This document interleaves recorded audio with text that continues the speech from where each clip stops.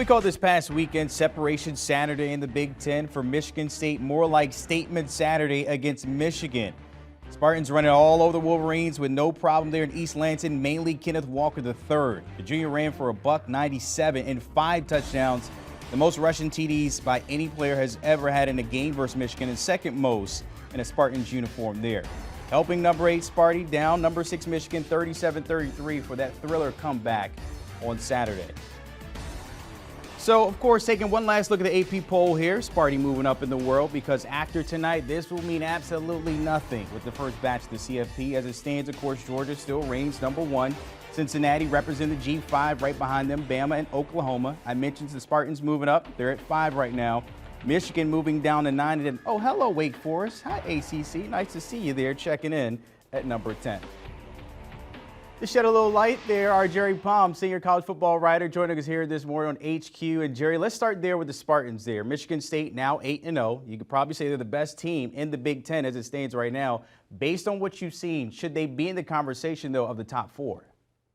Oh, absolutely. In fact, I think they'll be number 2 this week. And if their uniform said Ohio State, nobody would question that. I mean, Michigan State is having a fantastic season that nobody expected. I mean, Michigan State was thought to be a middle of the division team at best, but Kenneth Walker has been a real find. You might say he's the Heisman Trophy favorite this week.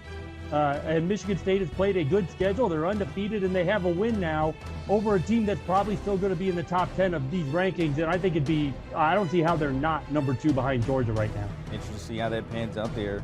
Kenneth Walker III, as long as he's on the field, it should be pretty good. You look at their remaining schedule, Saturday, Purdue, Maryland, but then you circle the big ones at the end of the month there.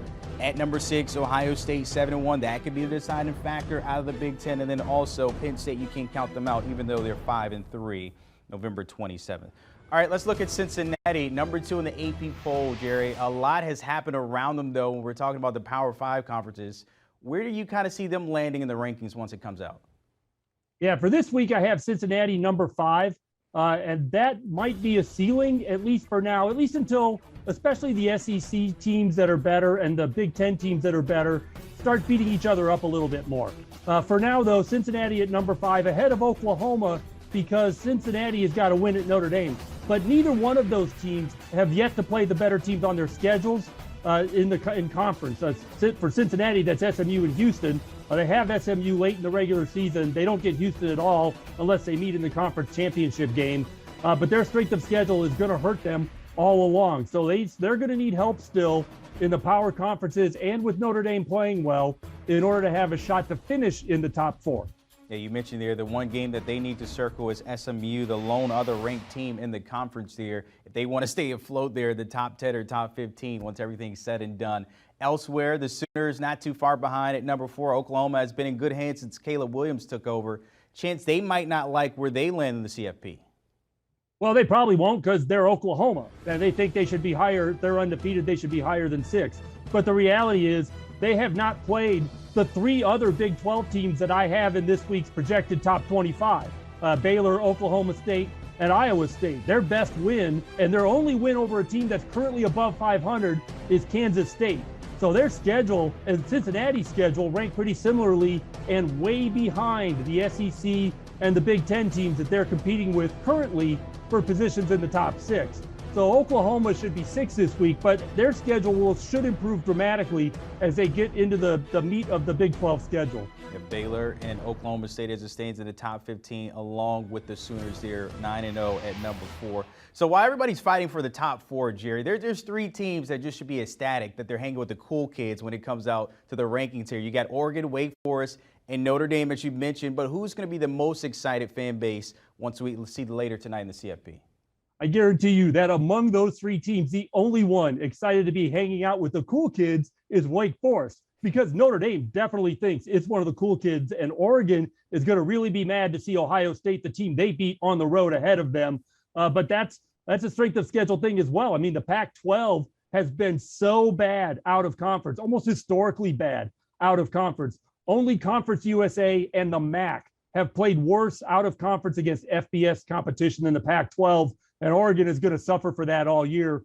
Wake Forest is going to be excited to be part of this. They may think they should be higher, The ACC isn't going to really lift them very high, but undefeated Wake Forest is probably a playoff team, so it's in their hands. Yeah, I've kind of been eating crow. I have a little cousin that plays for Wake Forest, Jamal Banks, and I haven't recovered so far since they're still undefeated. So I've been eating it a little bit. All right, let's get your prediction here for the first CFP later tonight, Jerry.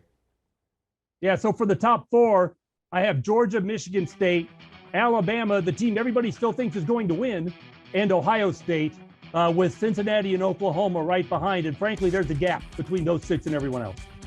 Looking at that, Jerry, so far we have the SEC and Big Ten.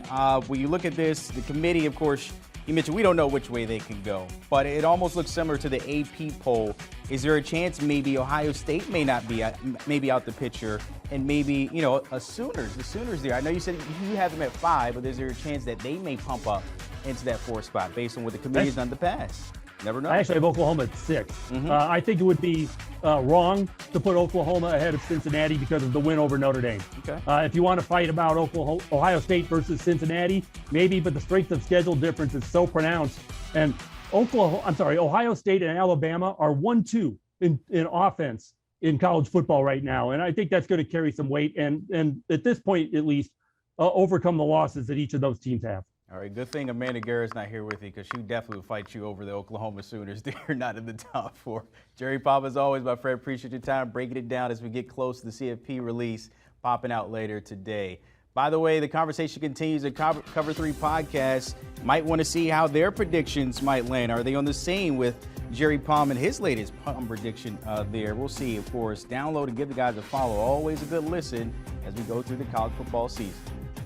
Want a sports network that delivers everything that matters about the game? The highlights, the picks, the instant analysis. No yelling, no fake debates, no politics. Hit the subscribe button and never miss a moment.